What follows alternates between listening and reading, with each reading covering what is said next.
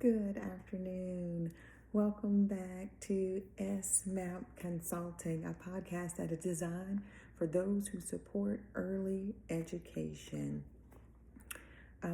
Who we are a consultancy group where we empower parents, uplift educators, and advocate for every learner. I'm your host, Dr. Sophia Mapp, educator, consultant, and passionate believer in the power of education, advocacy, equity, and early learning. Whether you are a parent navigating the school system, or a teacher seeking new tools to support your students, or a leader looking to leverage knowledge to support your staff, this space is for you. So who am I? I am Dr. Sophia Mapp. I am a mom, a wife, and an educator who supports students, teachers, and leaders for the past 21 years. I have supported and taught in North Carolina and South Carolina from grades pre-K to 8th grade. My educational journey started in Marion, South Carolina at the age of 3, where I embarked upon my Head Start journey. I was educated all the way through 12th grade in the public school systems in Marion, South Carolina. I currently hold 5 degrees, a bachelor's in science and special education from Presbyterian College, a master's in education and divergent learning from Columbia College in South Carolina. I'm an educational specialist in literacy from Converse College. My K-12 administration license from Wingate University in North Carolina, and then my educational doctorate in curriculum and instruction from Gardner-Webb University. Just a quick disclaimer, because I received questions, comments, and concerns already. So just my disclaimer: the views and opinions expressed in this podcast are those of the host and the guest, and not necessarily a reflection of any official policies or positions or any affiliated institutions or organizations. This podcast is for informational and educational purposes only and is not intended for legal, medical, or therapeutic advice. Always consult a qualified professional regarding your individual situation. Listening to this podcast does not create a client consultation relationship. So just to give you a little bit about the structure of this podcast, we will be discussing topics, questions, and pain points for parents, educators, and school leaders in the field of early education. I am framing early childhood, early education as the ages of birth to 8 years old. For our focus for today will be on what I will be calling instruction and intervention. And just for norming's sake, I use the word instruction to mean anytime you are teaching your child or a student something. And I will use the word intervention to mean anytime you're working on a skill that your child or student should have already learned prior to their given age. And so just to recap, when we talk early childhood education, I will be talking about 5 developmental areas. So those areas are adaptive skills, communication skills, motor skills, social and emotional skills, and academic skills. Just to frame, social and emotional skills are going to be combined for the sake of my pre-3-year-old conversations, and I will tease out a little bit more once we get further into this podcast, talking beyond the age of 3. So just to give a little context around developmental areas, in our previous podcast, I mentioned the CDC, the milestones, and then also I wanted to give parents kind of a look for comparison between school and home, because although many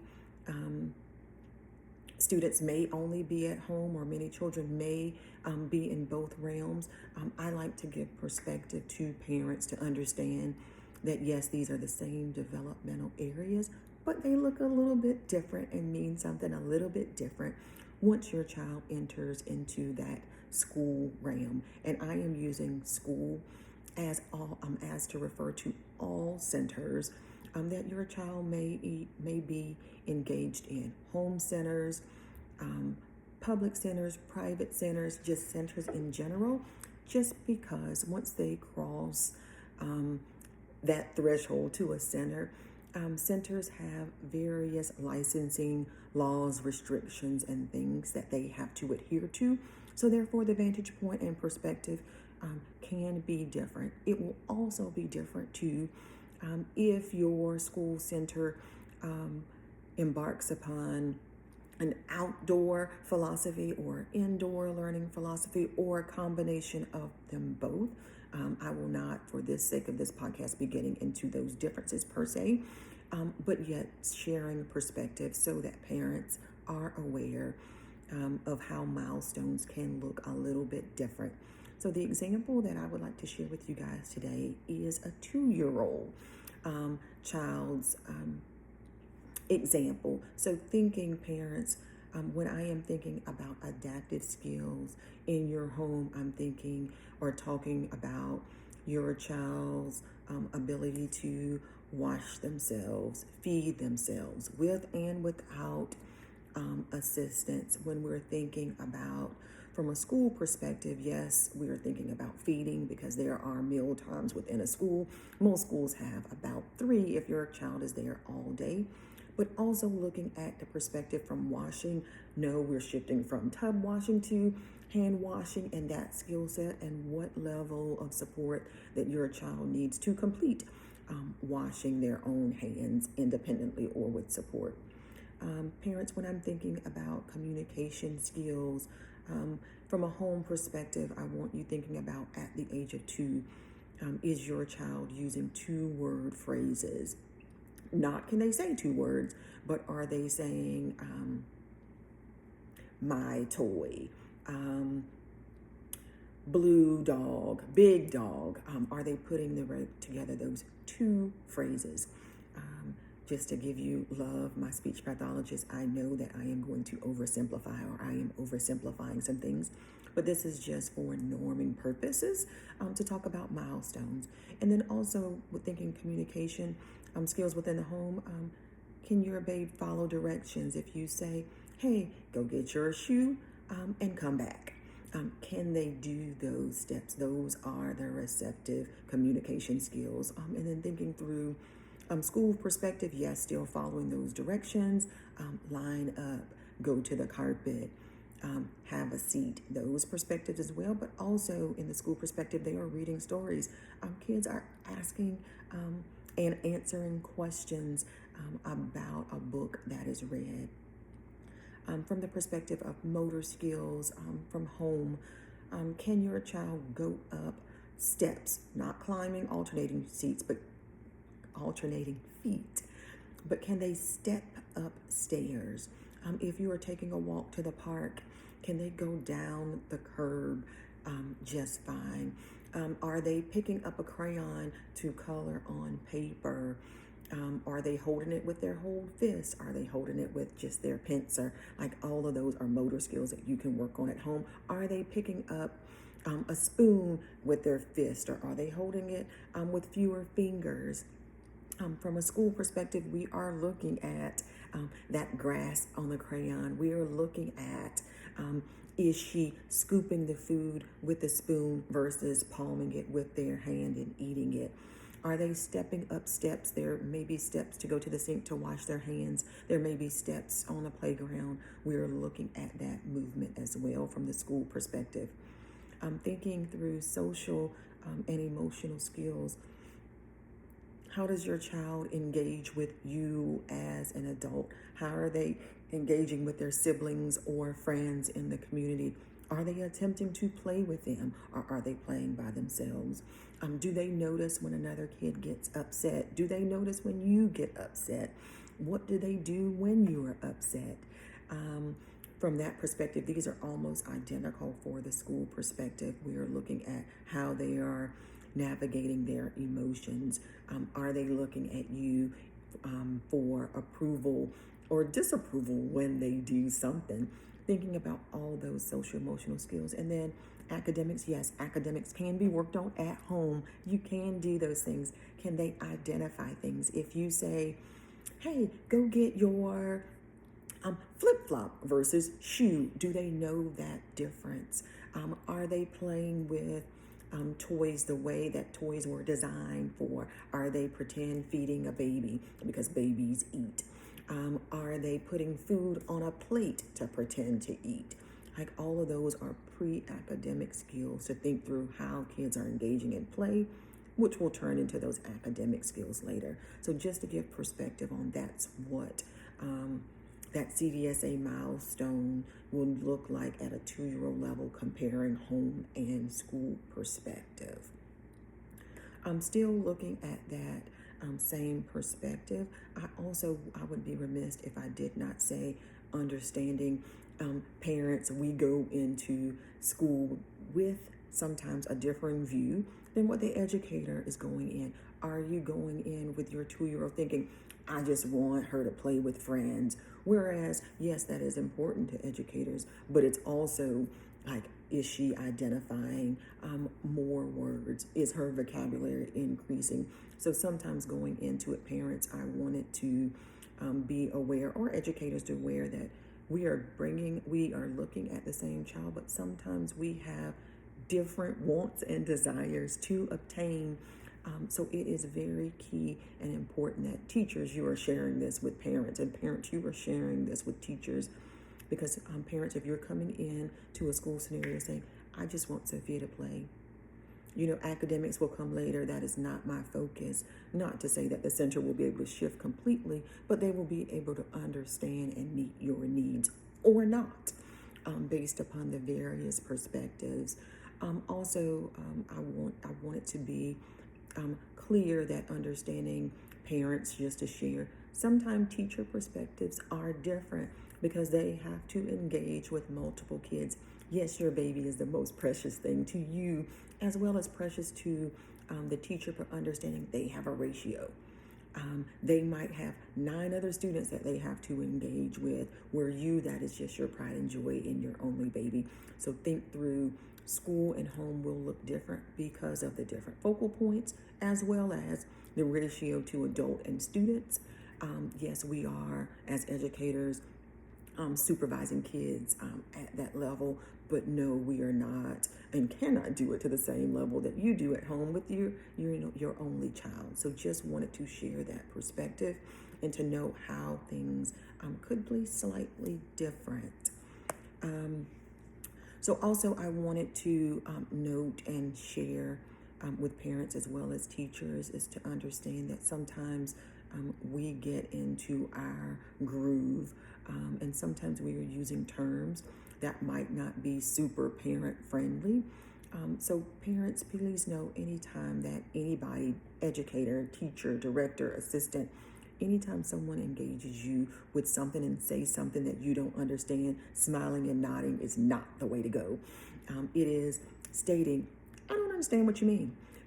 Especially if you're in those parent-teacher conferences and they're saying, hey, Sophia has this much % delay. You're like, wait a minute. Yes, I understand delay. Yes, I understand %, but what does that mean in context of my kid? So making sure, parents, that you are always advocating for yourself to understand what that means. Titles, letters, all those things behind your name does not negatively change the view when you ask questions of your teacher or director or service provider if your child is receiving any type of services, if they are saying something. So make sure that our language is friendly, our language is kind, our language is clear to the general person, and noting it is okay to ask those questions. So also thinking through just the perspective that I shared around developmental areas and what that means for a 2-year-old. I wanted to note, I briefly talked about that it could mean something different for teacher, parent, but I also want to note that it can mean something different for director, doctor, service provider. All of those perspectives are slightly different. I am going to hopefully not overshare, but share with you My personal example, as me as a mom advocating for the world of early childhood and what that meant for my youngest child, and then the various perspectives that I realized. So me, my youngest kiddo, was in early intervention. We were involved in the CDSA for lots of reasons, starting at birth. We got services in the hospital. He had an extended stay in the hospital. So when it was approached to me that, hey, he needs this service, that service, and I was like, but wait a minute, he's just a baby. Like, that does not mean anything in my world. That does not warrant what we need. So understanding that doctor, that service provider wanted me to be welcoming of a service that I was not ready for. But they knew the importance of starting it while he was lying on that bed to get his muscles moving for OT and PT. So that was a different perspective, and understanding that level of urgency was completely different for him than it was for me. When we left hospital, made it home, and it was just me, my level of urgency changed because I did not have all those hands at the ready at the push of a call button. So then my perspective changed, and my level of follow-up with the CDSA, follow-up with the doctors changed because my viewpoint changed. I did not hold on to all those things that was done to us, with us in the hospital.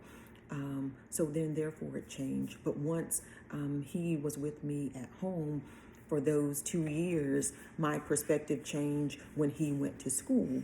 So therefore, my urgency to have his teacher use that language with him, to follow up with the OT speech pathologist, was completely different. She was thinking, oh, he is young, he is fine. And I was like, oh no, sweetheart, he is supposed to be doing A, B, C, D, E, F, G at this given time already, and he is not there. So then I had to shift that viewpoint and guide that conversation with the teacher. So understand, viewpoints change, urgency change, and that's okay. And as a parent, it is okay to advocate. As an educator, it is okay to advocate to that parent, because sometimes what we don't know can be a hindrance to getting what your child needs. So just wanted to share that perspective. So far throughout this time, we talked about developmental areas, the 5 developmental areas of early childhood, what that looks like, school versus home, as well as understanding viewpoints and perspectives. Wanted to go into 3 questions that was asked of me from the last podcast through emails, Facebook communication. So I wanted to share it with the whole group. One question someone asked is, what if my doctor says there is no concern and I still have a concern? That is twofold, and it is very tricky. Do I have a concern because my other kid was advanced and then now my second baby is not doing it? Or do I have a concern because the community kids now are doing this level and it appears on a checklist and my doctor is not concerned? Those are 2 separate answers. But if you are looking at that milestone checklist and your doctor still does not have a concern, 1, continue to advocate. 2, like I shared in the first podcast, please reach out to the CDSA. There are other viewpoints and advantages and perspectives to make sure, 1, your baby's developing the way that they need to, and 2, different physicians, different caretakers have different perspectives, and that is a-okay. But you as a parent continue to advocate for your child. The second question that was asked of me is, what if I want services to get my child ahead? That one, as an educator, I've encountered more times than not. That will split my response. Understand the CDSA. I can't say that they won't do those things, but typically what I've found, they are only addressing deficits. Now, as a parent, it is your right, your opportunity, based upon your wallet and funding, to reach out to speech language pathologists, OTs, PTs, psychologists, And you can investigate these areas different. There is, like I talked about, intervention. There is something called enrichment, but it is not through the avenue that I was talking about previously through the CDSA, but you can seek some services for your child.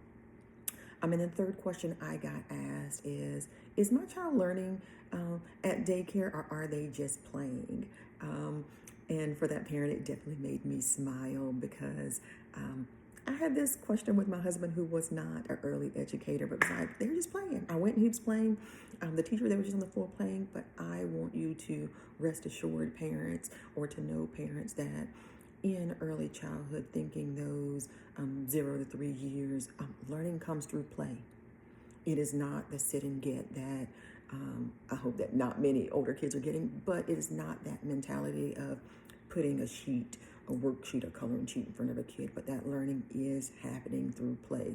So I ask you just to lean in a little more and listen to the conversation that's happening in those centers, listening to the questions that teachers are asking. Look at the modeling they are doing and teaching your kid in a center. For example, if they are working on block stacking, are they counting the blocks as they go?